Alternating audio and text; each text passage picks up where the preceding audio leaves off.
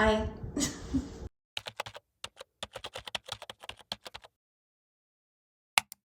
We are rapidly approaching the end of June, which means that we are just about halfway through this year, which is insane. I know everyone says that, but I can't believe it.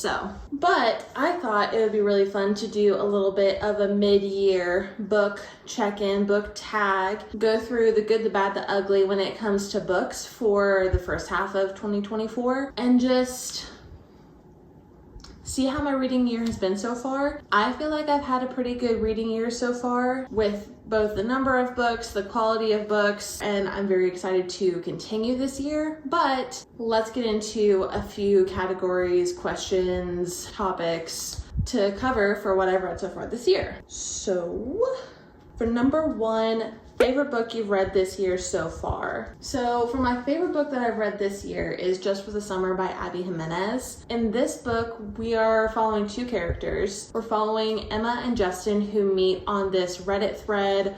Emma is a traveling nurse and Justin, I think he's like a software engineer. I don't think I've ever felt so emotionally attached to two main characters in one book. Any day that ends with Y, I will go to bat for Emma and Justin. Like, no hesitation. This was a 6-star read for me. I think that it's in combination with both the main characters being so lovable and so kind, but also the topics that are talked about in this book are not that commonly talked about. It was just so good. And there's like a found family aspect in here as well. And that always gets me every single time. So favorite book that I've read so far this year, Just for the Summer. I really hope that you're not gonna be able to see all the books stack up.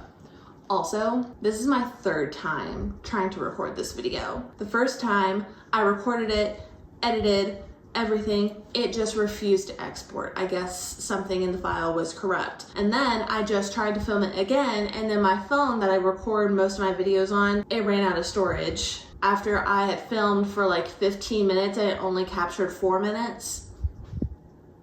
So I'm recording on my iPad and I'm just gonna hope that it turns out okay. So anyways, number two, favorite sequel you've read. I have a couple. The first sequel, and I'm just gonna talk about both of these books at once because I thought that I read the first book in this series last year, but after checking with my Goodreads, I actually read both of these books this year. So we're just gonna talk about both of them because this is kind of my new personality trait. Powerless and Powerful by Lauren Roberts. This series is kind of my new obsession. This author is kind of my new obsession because this was her debut novel, I'm pretty positive. I don't know how she did this. I don't know what she put into this book, but like, I need more. It very much gives Hunger Games Divergent vibes, but with stronger romance tension. Nothing slow burns like this book. Like it is currently, to this very second, still slow burning. And the thing is, I'm not mad about it. I ate this up. I think I read this in like a day. I think I sat and read this entire thing. Absolutely loved this book. And then we get this little beauty, and we're following Adina, who's a character that only pops in every now and then in Powerless. Why is it that a book that's this itty bitty, teeny weeny, yellow polka dot bikini baby book is full of so much emotional damage? I was not okay. I have a vlog that's up that shows my reaction to reading the end of this book. I was not okay. My heart was ripped out of my chest and put into a meat grinder, Carol Baskin style. But that being said, I like pain, so I loved both of these books. Probably my favorite series of this year so far. But I do have another series that I need to talk about, Throne of Glass series. I'm just holding up Queen of Shadows because this is the book that I'm currently on. I actually haven't picked up a Throne of Glass book in about a month, I guess, because I found myself in the worst book slump of my life. I felt like I needed to wait until I was out of my book slump to give Sarah J Maas exactly what she deserves, and that is me at my prime before I jump into the last 4 books of this series, because apparently this is where stuff really gets crazy in these last 4 books. So I don't know what else to say other than Selena Sardouthian is absolutely amazing. Probably my favorite female main character that I've ever read about. She is beauty, she is grace, she's iconic, and she will not be afraid. That's all I'm gonna say. Those are my favorite sequels / series that I've read so far this year. Number 3, a new release you haven't read yet but want to. So that would be Heartless Hunter by Kristen Ciccarelli. Heartless Hunter. I don't know anything about this book other than there are witches involved. All that I've seen about this is people raving about it, but I haven't seen anything about the different plot points. I've very strategically avoided those. I like going into books blind so that I can have an unbiased opinion. This is a new release that I have not read yet, but I am very excited to read. I don't know what more I could possibly say about that. It involves witches. It's a beautiful cover. Yeah. The next one is most anticipated release in the second half of 2024. I feel like y'all already know. I'm just gonna hold these up. My most anticipated release for 2024 is Reckless, and that comes out in like 10 days from when I'm filming this. I am so incredibly excited to continue getting my heart ripped out of my chest. That is my most anticipated release for the second half of 2024. So, Reckless by Lauren Roberts. Shocker, I know. Number 5, my biggest disappointments for 2024 so far. I really don't like talking about books that I didn't like. So the first book would be Happily Never After by Lynn Painter. So these two people meet because he breaks up weddings as a job and he breaks up her wedding, and then they start a thing and they are working together to break up weddings together. And in the meantime, they spark up a romance with each other. The female main character really got on my nerves in this book. She has like this avoidant, like detachment style with relationships. It really irked me. Just for me personally, that's just not my vibe. And they talk about in this book with each other how much chemistry they have. I didn't see it or feel it personally, but also that could have been a me problem when I was reading this book. And I don't know if it's necessarily the writing or the content in this book. I feel like it also has to do with how short this novel is. I feel like we didn't have enough time to really grow with these characters and really get to know them and love them. We just jumped right into it and it was very surface level. I do think that this is my least favorite Lynn Painter books that I've read so far. I'm still gonna read all of her books. I love her writing style. I love her young adult books. It's just this one did not hit for me personally. I'm sure it'll hit for a bunch of other people, but this just wasn't my style, and I was really excited to read this book when I heard that it was coming out.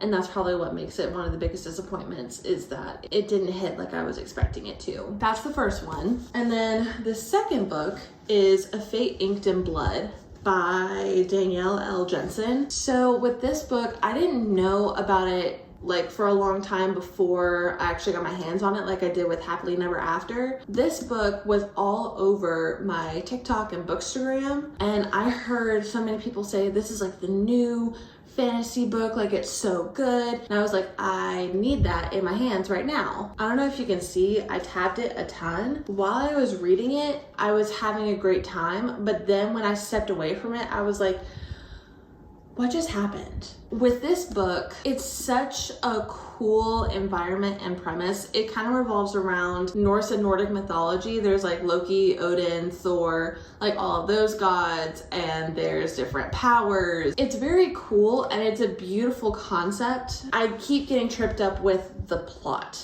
There were several positive things to note about this book. There was great chemistry between the main female character and her love interest. The banter is great. The descriptions for everything is great, but I just couldn't get with the pacing of the plot. It felt like so much happened in the first tiny bit of the book, and then for the big chunk in the middle, nothing happened, and then like the last 50 pages, everything happened.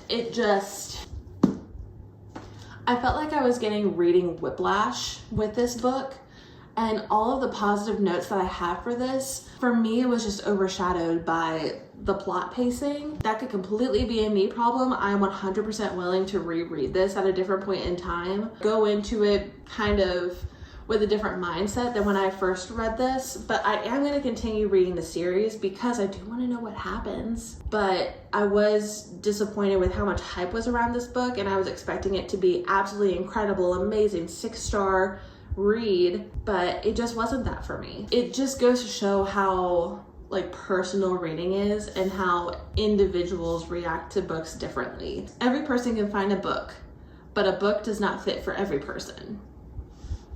It baffles me every day. Next one is my biggest surprise of 2024 so far. You're gonna get the gist that I can't stop talking about this series. This one was definitely the biggest surprise. I knew going into it based off of what happens in Powerless and what this revolves around. I knew that it was gonna pull on my heartstrings, but I didn't expect for it to knock me down and then kick me while I'm down and then cover my floor in Legos so that all I'm doing is stepping on Legos and having pain. That's what this book did to me. This was packed full of pain. This was definitely a surprise.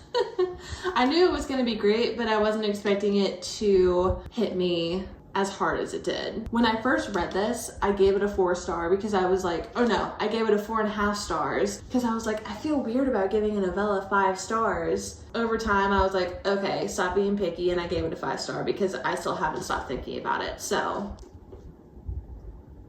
it was surprising. Number 7, a new favorite author in 2024.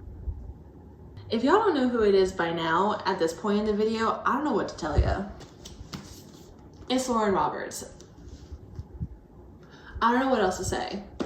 Number 8, what was a book that made you cry? So many? So I'm just gonna hold these guys up. I just talked about this one. I'm not gonna go into it. Sobbed Like a Baby. What's new? And then Just for the Summer. As I said before, the found family aspect gets me every single time, and the amount of times that I cried because the friends were being so phenomenal to each other and so sweet, it just tore me apart. Ugh, so good. And then If He Had Been With Me by Laura Nolan. This book is a childhood friends to strangers to lovers.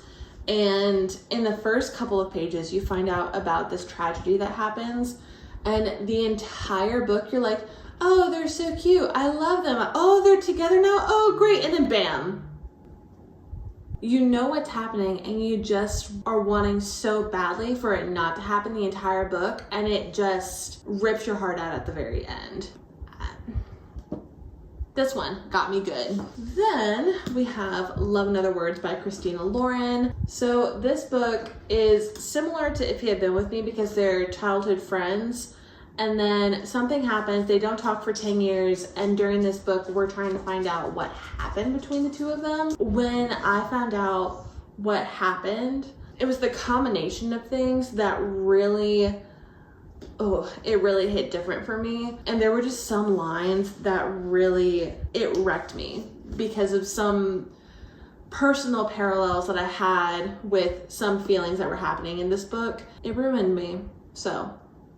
Love in Other Words. The last one is actually Assassin's Blade, but I'm just gonna hold up Queen of Shadows because I couldn't be bothered to go and grab it because it's on a different bookshelf. But Assassin's Blade, it surprised me with how emotionally invested I got in the characters because it's just a collection of novellas, but the way that all of the novellas kind of bled into each other. It lets you get connected to the character super well. The writing is just...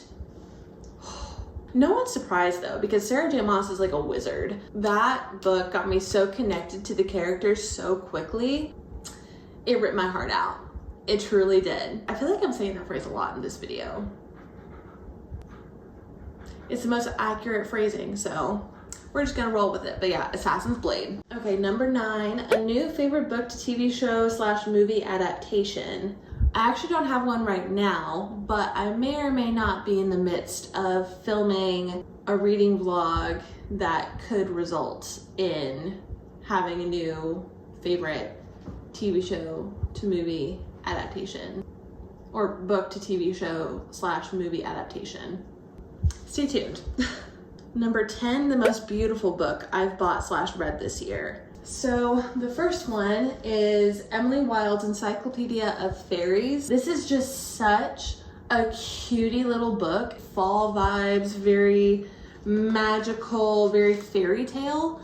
It's just so magical, and I love the font that's used. It is perfect, it's amazing, and I love it. And then I'm just gonna hold this one up because obviously Powerless is such a beautiful cover with the hilt of the sword, with all of the vining and the flowers all around it.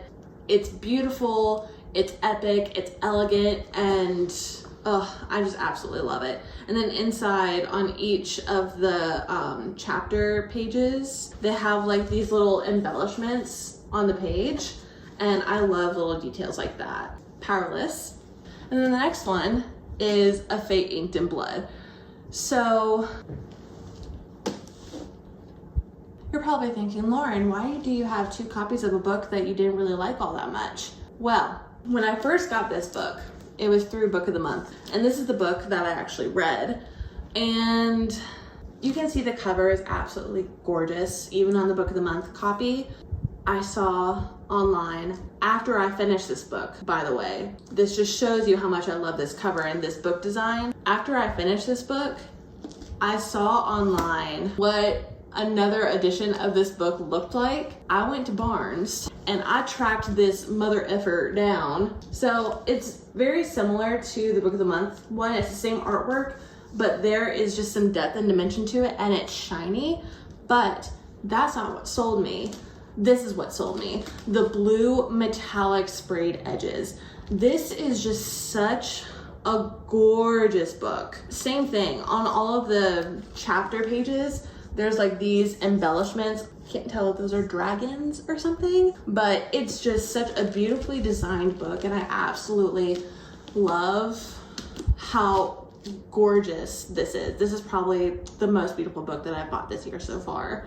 Number 11, books I want to read by the end of this year. There's several. I'm just gonna cover the books that I have here with me. I mean, there's several other books that are on my TBR that I want to get to. These are the ones that I'm gonna prioritize since they're on my physical TBR, and I've wanted to read them for a long time. So the first is just the rest of the Throne of Glass series. I'm currently on Queen of Shadows. I'm just about out of my reading slump that I was in, so I feel like I'm gonna pick up Queen of Shadows and finish up the series this summer probably. But Throne of Glass is definitely on the list of books that I want to finish reading this year. The next one is I at least want to start the Magnolia Park series. I have heard mixed reviews about this, but I feel like I'm gonna love this series because I love Gossip Girl, and just the book designs and all of this is just really cute.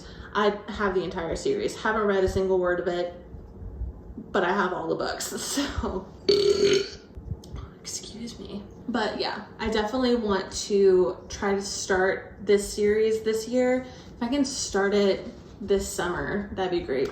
I feel like all these books, I'm like, yeah, I want to start it this summer. Summer's not that long, girl. But also, this book, in comparison to the thickness of Queen of Shadows is a little bit thicker, but Magnolia Parks is heavier. Like, this is a heavy book. Probably has some heavy topics. I don't know. And the next is kind of like a bucket list item a little bit. I want to read a Stephen King book so bad. I've never read a Stephen King book. The 2 books that I have are 11/22/63 and Billy Summers. I've heard amazing things about both of these books, both with personal recommendations, but also with booktubers, bookstagrammers, all that stuff. So this is definitely on my list to read at least one of these this year, both if I'm feeling super ambitious. And these are 2 of his non-horror books. I don't think I'd be able to handle reading a horror book, but I might build up to that, who knows. But read at least one Stephen King book. Then The Silent Patient. I've had this book for years. I have wanted to read this book, but I just haven't sat down and actually read it. It's been on my physical TBR basically since I got back into reading like 3 years ago. So I've had this for a long time. I just haven't picked it up. So I need to prioritize reading this book because I want to see what the hype is all about with this one. So that's another one. Then we've got Love Redesigned by Lauren Asher. I've actually never read any of Lauren Asher's books, but this one specifically intrigues me because I'm pretty sure it revolves around someone who is an interior designer, and I'm an interior designer in my typical 9-to-5 job. So I really want to read this book and see how an interior designer's life is portrayed and see if it relates to either myself or any of the other interior designers and people in the field that I work with, if it relates to any of them. We'll see. You know how I said earlier that I like pain? A Little Life. I am terrified to read this book, but also I feel like I just kind of have to. This will probably be more like in the fall and winter time. I don't know, let me know in the comments below if you want to see this in like a separate reading vlog. I've heard such incredible things about the writing of this book, but I am a little worried about the trauma dumping that goes on in here. This is on the list of books that I really want to read this year. I've just been itching to see what this is all about. I'm very intimidated by it. I just really want to. I want to experience this book and just see what's going on. And then the last one is Daisy Jones and the Six. I've also had this book for a while, and I haven't watched the Netflix show that's out for this one, and I've heard incredible things about this book, and I just want to see what it's all about. I'm pretty sure this is like in an interview format. A lot of it's in an interview format. So very excited to get into this one. All right, I think that is it for my first half of 2024 reading wrap up mid-year check-in. I hope you really enjoyed this video. Let me know down in the comments below what your most anticipated 2024 release is for the second half of the year. Anyways, I hope you guys enjoyed this video. Thank you so much for watching. I hope you have a wonderful day, night, afternoon, whatever it is for you, and I'll see you in the next one. Bye.